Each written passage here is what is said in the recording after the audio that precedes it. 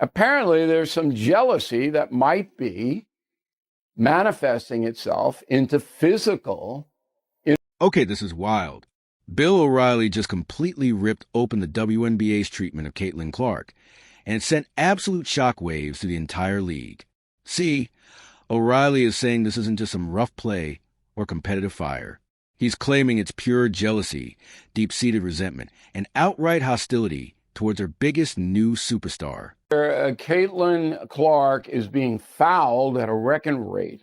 Some of them are brutal fouls, and a lot of the refs are looking the other way. And the women fouling her are doing it on purpose. And get this, Billy isn't holding back anything. He's flat out saying that Clark's insane rise as a young white rookie in a predominantly black league has ignited a level of envy the WNBA has literally never witnessed. This isn't just locker room whispers, folks. O'Reilly is showing us receipts that are impossible to just shrug off as bad luck or coincidence. But it's just misstep after misstep. It's time to grow up, girls, like fast. Like this is the player that got you off the airline that was bright yellow, right? So this veteran commentator is basically spilling the tea on something a lot of people suspected, but were too afraid to actually say. He argues that the way the WNBA is treating Caitlin Clark isn't just about the game itself. It's about jealousy. It's about racial politics. And it's about a league so swallowed by resentment that it's actually willing to destroy its golden goose rather than just celebrate her incredible success. Seriously, imagine that. Caitlin Clark has had a seismic impact on the WNBA ever since she first joined. Merchandise sales increased over 600%, league app engagement over 600%, subscriptions to League Pass over 400%, and the team she plays for, the Indiana Fever, tripled in value. Gay and Clark has had a seismic impact on the WNBA ever since she first joined. Merchandise sales increase over 600%, a league app engagement over 600%, subscriptions to League Pass over 400%, and the team she plays for the Indiana Fever tripled in value. 400% of WNBA jerseys just because of her presence, but her presence is resented by about 80% of the other players. But here's the kicker. When Caitlin Clark first stepped into the WNBA, she didn't just make an impact. She detonated it like a bomb right in the middle of the league that was pretty much stagnant.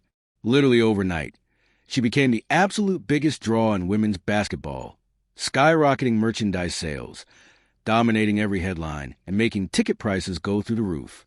The Indiana Fever, who couldn't even give away tickets last year, suddenly had sold out arenas. That's insane, right? But despite all that success that she's immediately had, the league has basically looked the other way as she's been targeted on a weekly basis, and that targeting is putting her career at risk. And yet, since she's joined the league as a rookie, she's been abused. She's been abused over and over again by these other players. And reportedly, it's a race thing that many black women inside the WNBA are resentful that this white woman came in and is getting all this attention. Nobody disputes that she's an amazing basketball player, but still they seem resentful and angry toward. The Indiana Fever's entire worth has tripled since Clark joined, which is massive. But instead of celebrating this incredible best thing to happen in decades moment for the league, it looks like certain players and even some referees are dead set on tearing her down, both physically and mentally. You're probably thinking, why would they do that? So she is taking on harder fouls and at a higher rate than any of her peers. So it turns out that in her rookie season, she absorbed 17% of all flagrant fouls or hard fouls, more than double the rate of any of her peers. This is not something that you would see occur to any other top star in any other league. And I think a lot of fans are scratching their heads of why the league is allowing this to continue, especially given the economic impact that she's having on the league, which they've so desired for decades. O'Reilly isn't sugarcoating it. He says it's absolutely no accident that Clark has taken more flagrant fouls in her rookie year than anyone else in the entire league. We're talking more than double the next player. That's not just some random stat. Guys, that's a clear pattern. And the intent, he says, is crystal clear. These aren't just tough defense moments. These are targeted assaults. There's a lot of pushing, shoving, bumping up against each other. That's not what we're talking about here. We're talking about targeting a player time and time again. And during this game, another Suns player shoves Clark to the floor. So let's take a look. Oh, and Marina Mabry's going to get ejected. Now, all right, you're seeing what's happening here. They're going after her, and this isn't isolated. This has been going on her whole rookie year, and now it's going on in her second year. And the refs, honestly, they're practically complicit, just swallowing their whistles, while Clark gets absolutely hammered in the paint. Now, to a casual fan, this might just look like super physical basketball, but for anyone actually paying attention, it's incredibly coordinated and deliberate. It's gotten so bad that it genuinely looks like the entire league wants Caitlin Clark to fail on purpose. Asia Wilson, who is a three-time MVP of the league, she's won the championship for the Las Vegas Aces. She came out and addressed the attention that Caitlin Clark is getting, and she said it's absolutely has to do with race. And then, quote, it boils her blood when people try and say that it's not about race. What's even more insane is O'Reilly points to actual public comments made during games by high-profile WNBA stars like Asia Wilson, who flat out said Clark's hype has everything to do with race. You heard that right. For being black and racist against Caitlin Clark. Zero. In fact, being racist against Caitlin Clark might actually benefit a black woman's overall brand because that is encouraged in some ways. Look, that's not subtle at all, is it? It's actively feeding this narrative that Clark's success isn't earned, that it's somehow illegitimate. And this, of course, just fuels pure resentment on the court, transforming what should be healthy competition into this toxic personal grudge match every single time she steps onto the hardwood. The hypocrisy here is just glaring, isn't it? Seriously, imagine the uproar if the roles were flipped and white players were targeting a black superstar with that kind of viciousness. The majority in the league, which is black women, has done everything they can to not welcome Caitlin Clark to the league. Why? So, unfortunately, it seems like there's a lot of commentary that's being made by players when they're on camera and they know reporters are watching that show that there is a racial element to this. This double standard, it honestly speaks volumes about the identity politics that are completely poisoning what should be pure, unadulterated competition. These racial double standards are shocking disregard for player safety, and honestly they threaten completely unravel everything the WNBA has painstakingly built over the years. There's a very small number of men and women that actually get to live out their dream of playing a professional sport. And we have grown-ass men and women out here doing whatever they can to try to make sure that does not happen. That is the weirdest thing in the world, but it is what it is. And I'm glad that Caitlin has a great head on her shoulders. All right, just to be clear, Caitlin Clark is being fouled at a record rate. Some of them are brutal fouls, and a lot of the refs are looking the other way. Honestly, this is like watching factory workers actively destroy their most productive machine, all because they're simply jealous of how efficient it is. It's gotten so incredibly bad that even LeBron James had to step in, calling out the absolute absurdity of fellow professionals trying to sabotage a player who's literally just living her dream. You know, it's serious when LeBron speaks up. The concern is that that resentment is then leading to targeting on the court. It's happening at a higher rate for Caitlin Clark than anyone else. And unfortunately, it's creating a textbook hostile work environment for Caitlin Clark. And under Title VII of the Civil Rights Act, the federal government does have an ability to engage here, should they so choose. But here's where it gets even more serious. Bill O'Reilly's most explosive claim actually cuts right to the legal heart of this entire scandal. He's alleging that Clark's treatment might actually violate Title VII of the Civil Rights Act because it's creating a hostile work environment. The similarities to classic workplace discrimination cases are impossible to overlook, especially with the Wall Street Journal already framing this whole thing as a major employment rights issue. That's a huge deal. They're highlighting how there are things that are going on in the NBA, maybe because of animus, jealousy, et cetera, et cetera. You can't rule out the possibility that the administration may get involved. There is a senator, and I forget his name, who sent a letter to the WNBA requesting an answer as to why Caitlin Clark seems to be receiving unfair treatment from the referees. And under Title VII of the Civil Rights Act, the federal government does have an ability to engage here should they so choose. And under Title VII of the Civil Rights Act, if you can actually prove workplace discrimination or harassment, then federal authorities can absolutely get involved. O'Reilly even brings up some massive historical precedents. Think about MLB's steroid hearings, the NFL's concussion scandal, or even the USA gymnastics abuse cases. Every single one of them started with just whispers. Then they blew up into massive media storms, and eventually they ended with congressional hearings or even DOJ investigations. So this isn't just sports talk. This is serious. 10 games into her rookie season, Chicago Sky Guard Chennedy Carter blindsided Clark on an inbound play, and her teammates were ecstatic. They're acting as though Carter hit a game-winning shot. They're high-fiving each other. They're laughing. They're talking. Last season, 17% of flagrant fouls were against Clark. 17%. Now, for Caitlin Clark, this should have been the dream season, right? Her second year, absolutely shattering records, completely rewriting the playbook for what a rising star could accomplish. But instead, it's been this brutal gauntlet of elbows, hip checks, and constant verbal jabs from veterans who just cannot handle being outshone. O'Reilly points out that this all started with Carter last year, and it's only gotten worse. Just completely snowballed since then. You can get poked in the eye, but this was not an accident. These are people going after her, sticking their fingers in her eyes, shoving her to the ground, blindsiding her, knocking her down. And clearly, these are players jealous of Clark's success and fame, and they have been playing dirty since the minute she joined the league. The encore targeting of Clark has become literally impossible to ignore or just wave off as normal physical play. The statistics here paint an absolutely damning picture. The fact that she absorbed a staggering 17% of all flagrant fouls last season, that's nothing short of criminal. Honestly, these aren't routine basketball plays.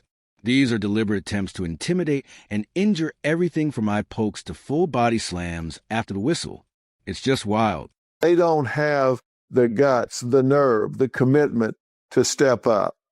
And when you see this going on, whether it's on a team or in your life, you got to ask yourself, are you part of the problem or are you part of the solution? And get this.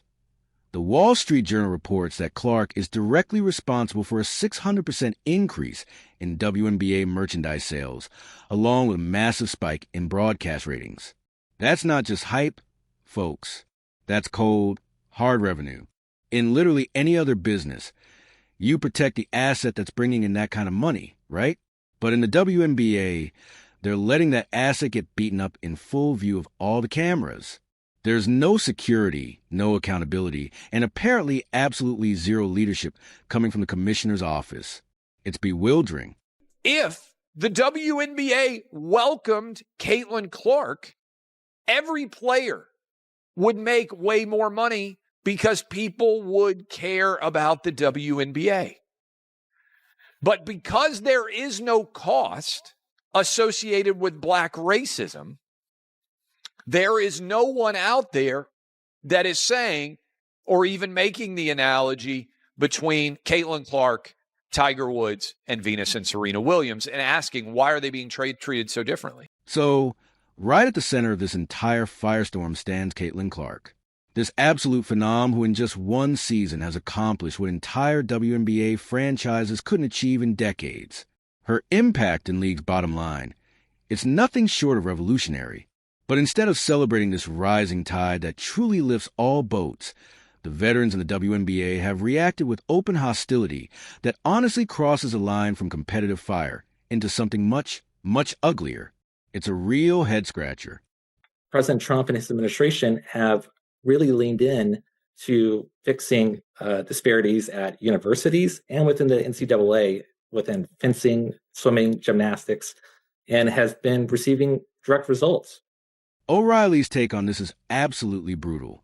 He says the WNBA commissioner has to go. In his own words, there are just too many issues and absolutely nothing is being done to fix them. He argues the league either can't or simply won't reel in the players who are turning games into personal grudge matches, and the referees who are just letting it happen are either completely incompetent or they're following some unspoken let be physical directive from higher up. Either way, the outcome is exactly the same. Clark gets targeted. The game spirals into chaos, and the entire league ends up looking like a complete joke. What a mess. Now, I do feel like there is something to look into due to all the stuff that happened last year coming up into this year. I mean, it would be disingenuous to say that all the players are dealing with And here's the real deal. The parallels to workplace discrimination cases here. They are truly impossible to ignore, especially when you consider the Wall Street Journal is already framing this as an actual employment rights issue, with plenty of precedent for governments stepping into sports.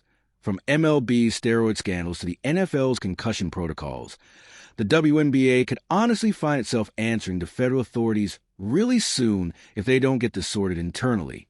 That's a huge potential problem opinion. There. I don't know about civil rights violations, but is there something the league can do to stop this behavior toward Clark? I don't think the league has almost done zero. They've almost said nothing. You don't even hear any outrage. If this was Adam, this was the guys, and they were beating up LeBron. Adam Silver would have spoken out already. I don't know what's happening. Wait until you hear this, because here's where it gets even more damning. O'Reilly isn't just accusing the league of looking the other way. Oh, no. He's actually suggesting there's an organized effort, whether conscious or not, to run Clark down simply because of what she represents. She's not just a great rookie. She's a symbol of what the WNBA could be if it truly embraced marketability, charisma, and star power instead of all these resentment politics. And that, he argues, is precisely why certain players and their supporters are so desperate to humble her. It's a power struggle. They believe she is being unfairly treated. That is going to be a problem for the WNBA. So I'm using... And your sentiment essentially is that this could be worthy of an investigation, not that you're supporting one. And let me tell you, the stakes couldn't be higher for the WNBA's entire future. Clark truly represents the league's absolute best chance at finally breaking into mainstream sports consciousness, something they've desperately needed. Yet, this constant targeting risks driving her away, either through a serious injury or just pure, utter frustration. Without her, all those skyrocketing ratings and sponsorship dollars, they'll evaporate overnight, leaving players to try and explain why they sabotage their own golden goose. The choice is actually incredibly simple. Embrace Clark's stardom and the prosperity it brings, or keep up the self-destructive campaign and watch everything completely collapse. It's their call. You talked about the ratings, but there's financial value in that. And economists estimate that she has been able to bring alone generate an estimated $875 million to $1 billion in economic value to the league. So, would anyone even care about the WNBA if not for Caitlin Clark? And by the way, Bill is pointing to really specific patterns here.